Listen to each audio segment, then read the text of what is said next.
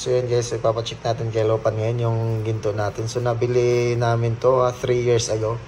So yung ano ngayon, yung Taiwan rate ng gold ngayon 24 karat is 8,780. Yan. So ipapacheck natin ni Lopan. Lopan, pango. Yan. Yan, so tinitimbang niya. So yung timbang ng necklace ko is 30 grams. Yan o. 30 grams yan. Yan, so titingnan natin kung magkano yung price. So yun o. So yan, ipapakita ko po sa inyo yung price. So ngayon yung price niya pag bininta ko siya sa gold store, 245,130. Dati magkano ito, nabili mo?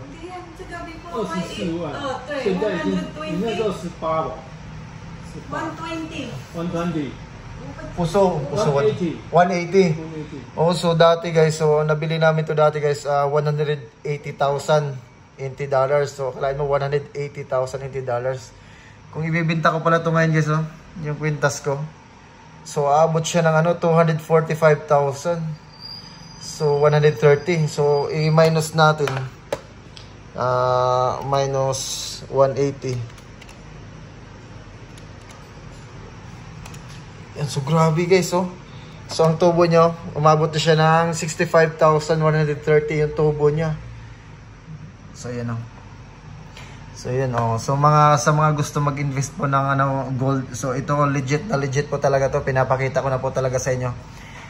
Na yung kwintas ko na 24 karat na gold, 30 grams. Dati nabibili ko lang ng 180,000. So ngayon umaabot siya ng 245,000 after 3 years. So sa 3 years niya, ito po yung niya, yung tubo ng kwintas, 65,000 NT dollars. 2 years. So 2 years din mahigit din, oh. Yan, so almost 3 years din, guys. So yun, ganyan po yung tubo niya. Grabe, ang laki na pala ng tubo. Ayan, oh. Grabe. So yun, guys, so yan po yung yung rate ngayon ng Taiwan gold, oh. Grabe, sobrang laki kasi. So mapaisip-isip ka. Yan, pwede ibenta na ba natin yun? Tapos bilhin na lang tayo ulit para ibang invest na naman. Pero nakakapanghinayang kasi ito. After ilang years na naman guys, aabot din na naman, tutubo naman yan. Baka aabot din to ng ng 100,000 NT tubo nito pag aabot to ng mga 6 years. Ganun. Grabe, sobrang laki. Oh, tayo. Yan, ito ipapacheck din natin to, itong bracelet ko. Ito guys, ipapacheck din natin to.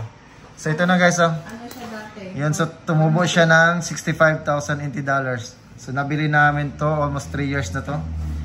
Yan, so nabili lang namin ng 180,000 NT dollars. So ngayon umabot siya ng 245,000 NT dollars. Grabe, yung laki ng tubo guys. So ayan, so ito legit na legit po ito, dito po to sa gold store ni Lopan. Ayan.